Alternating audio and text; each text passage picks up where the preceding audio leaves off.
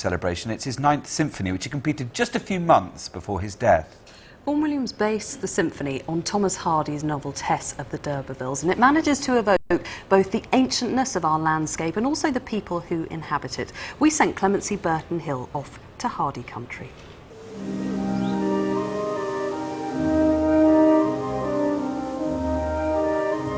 Vaughan Williams was a huge fan of Thomas Hardy. He'd read all his novels, but Tess of the D'Urbervilles was his favourite. So much so that one summer he even took a holiday walking in Tess's footsteps.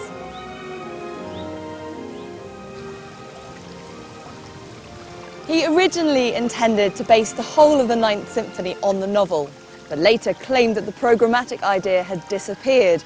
However, according to Vaughan Williams expert Alan Frogley, there are still strong connections to be found, particularly in the second movement.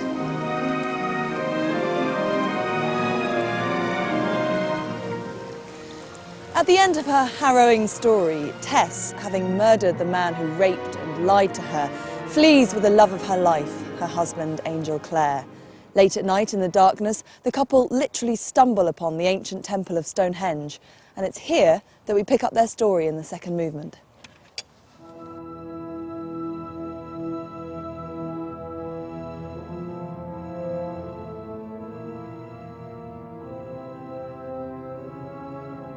Hardy writes, "The wind, playing upon the edifice, produced a booming tune, like the note of some gigantic one-stringed harp." Vaughan Williams conjures up the sound of that wind moaning against the stones with his unusual use of the solo flugelhorn at the beginning of the movement. The sound it creates is hollow and beautiful, but also hauntingly foreboding. Very fitting for Hardy's text.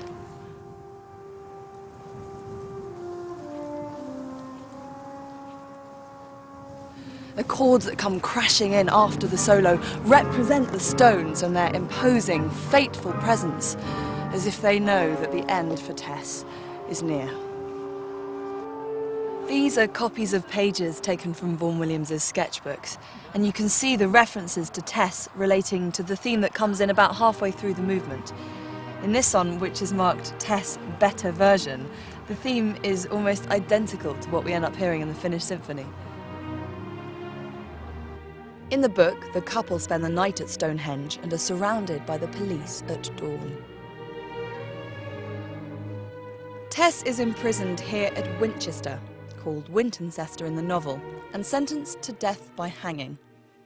Hardy describes the prison as having an ugly octagonal tower and calls it the only blot on the city's beauty. Angel and Tess's sister wait from afar for the sign that she's been executed. When they had nearly reached the top of the Great West Hill, the clocks in the town struck. Upon the cornice of the tower, a tall staff was fixed. Their eyes were riveted on it. A few minutes after the hour had struck, something moved slowly up the staff and extended itself upon the breeze. It was a black flag.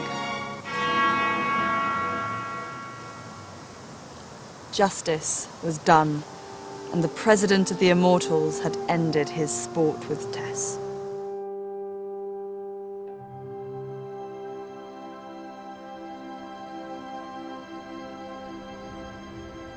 Clemency, did you find that visiting any of those locations revealed something to you of Vaughan Williams' music? Well, it's incredibly difficult now to listen to the symphony, or indeed much of the music, without feeling that very dramatic sense that the landscape out there creates.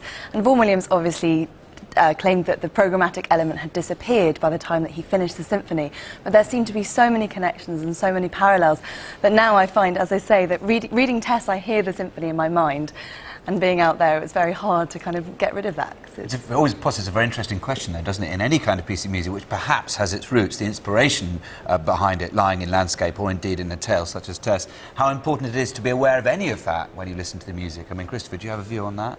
No. I really don't. It comes as a complete revelation to me. I don't know the symphony because I'm always asked to conduct the Fifth or the Sea Symphony or the London, which is very sad. And I'm just fascinated. I guess it can add an extra something, can't it? But I'm sure he would want to feel that the music stood in its own right, that you wouldn't need to know it was telling a story. And it absolutely does, and of course that's completely right. And Tess of the D'Urbervilles and the Ninth Symphony, of course, stand as supreme works of art in their own right, and you don't need to have heard or read one to understand the other, but it certainly has, for me at least, added a whole layer of evocation and richness. Maybe that's the key, that it would be nice to have learnt to love the music first, and then hear that it was based on Tess, which is one of my favourite novels. Talk about fate and death and disaster and gloom and darkness, which is really much my thing, which I think that's fantastic. But it would be perhaps nice to have heard the music before you knew it was based on that, so you could hear it and then add another layer, do you think, rather than follow it like... I think, as Christopher says, there are no rules, really. You can come of it any way you Yes. like. But the fact is that somehow your extraordinary journey through Stonehenge and Winchester and so on, and the sense of Hardy in the background, does make us feel this music ever more than before is English or British or both. I just found it incredibly moving being there and being there on my own and very early in the morning with no one else around. And as you can see, it wasn't a particularly nice day. And I mean, hasten to add, it was shot in August, so, you know, but it had something very spiritual about it, and I really felt that very deeply. So now I feel intensely moved whenever I think about Tess, or indeed Stonehenge, or now the symphony. Well, so this symphony certainly indelibly linked in Clemency's mind to landscape, and it's certainly something you'll be able to think about in just a few moments when we hear the piece. For his Ninth Symphony, Vaughan Williams wrote for a full orchestra, but with an enhanced percussion section, which includes a very large gong and deep bells. Unusually, he also included 3 saxophones and that flugelhorn. Yeah, there's a great quote from a programme note he wrote for the first performance. He said, "This beautiful and neglected instrument is not usually allowed in the select circles of the orchestra and has been banished to the brass band, where it's allowed to indulge in the bad habit of vibrato to its heart's content. The saxophone's also not expected to behave like demented cats, but are allowed to be their own romantic selves." And here is Sir Andrew Davis to conduct Vaughan Williams' Ninth Symphony.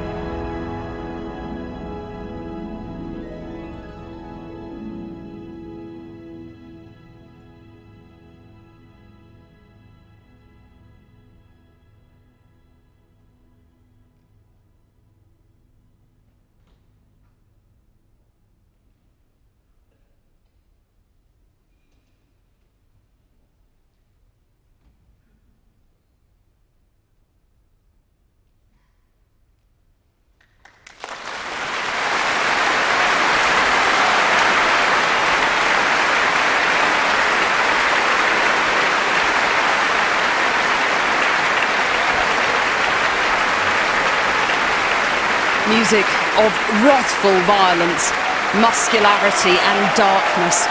The last work of Vaughan Williams to be performed in his lifetime. He died just 3 weeks after the premiere. His Ninth Symphony, conducted by Andrew Davis. The BBC Symphony Orchestra, their leader, Stephen Bryant, concluding this evening of celebration of Vaughan Williams' music.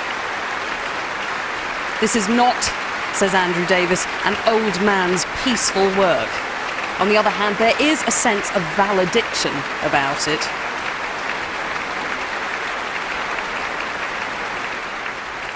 Well, Jane, is Vaughan Williams now in the pantheon for you? I loved it. When you said it was enigmatic and not that often performed, I thought, oh, am I going to get this? It spoke to me far more loudly than anything else tonight, and I'm totally converted. I now know I like late Vaughan Williams. Chris, is this the Vaughan Williams you fell in love with?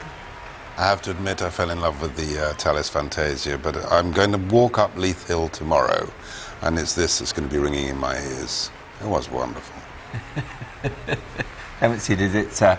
Did it make everything happen in the way that you had hoped, having been on your voyage to those parts of England? Absolutely, I thought it was glorious. From that first opening subject, which Vaughan Williams admitted came from the organ part of the St Matthew Passion by Bach, I just felt it had all those ingredients: redemption, vigour, tragedy, and just wonderful, wonderful glory, music.